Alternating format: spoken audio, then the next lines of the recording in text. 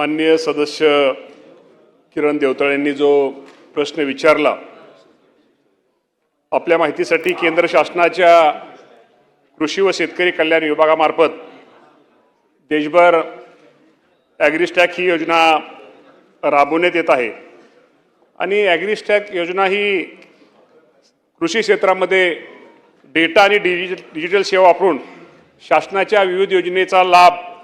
पात्र शेतकऱ्यांना कसा जलद गतीनं व परिणामकारकरित्या पोहोचवण्यासाठी स्थापित केली जाणारी ही डिजिटल फाउंडेशन आहे। कृषी क्षेत्रासाठी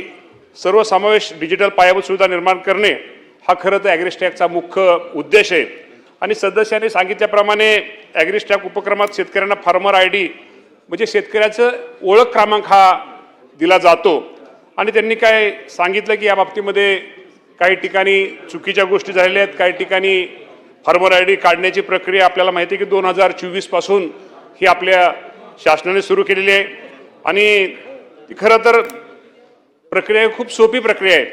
आणि राज्याच्या कृषी गणनेनुसार साधारणतः राज्यामध्ये आपण जर फार्मर आयडीच्या बाबतीमध्ये आपल्याला माहिती आहे, जर आपण विचार केला जे शेतकऱ्यांना आपण ओळख क्रमांक दिले आहेत, साधारणतः या राज्यामध्ये 1,71,00,000 शेतकऱ्यांची ही संख्या ही आहे आणि त्यापैकी 4 मार्च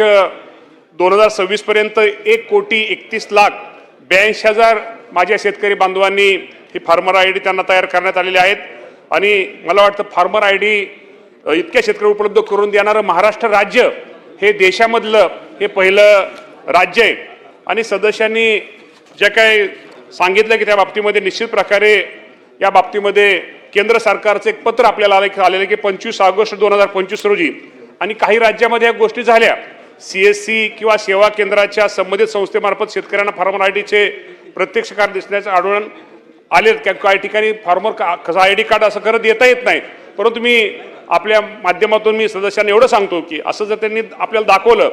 फार्मर आयडी कार्ड छापाई करून वितरित केलेल्या कुठलाही तक्रार जर आपल्याकडे सध्या प्राप्त झालेली नाही आणि या बाबतीमध्ये जर तक्रार प्राप्त झाली तर सामूहिक सुविधा केंद्र आपण ज्याला CSC फार्मर आयडी छापाई करून वितरित करण्यात आल्या अशा सामूहिक सुविधा केंद्रावरती कडक कारवाई केली जाईल।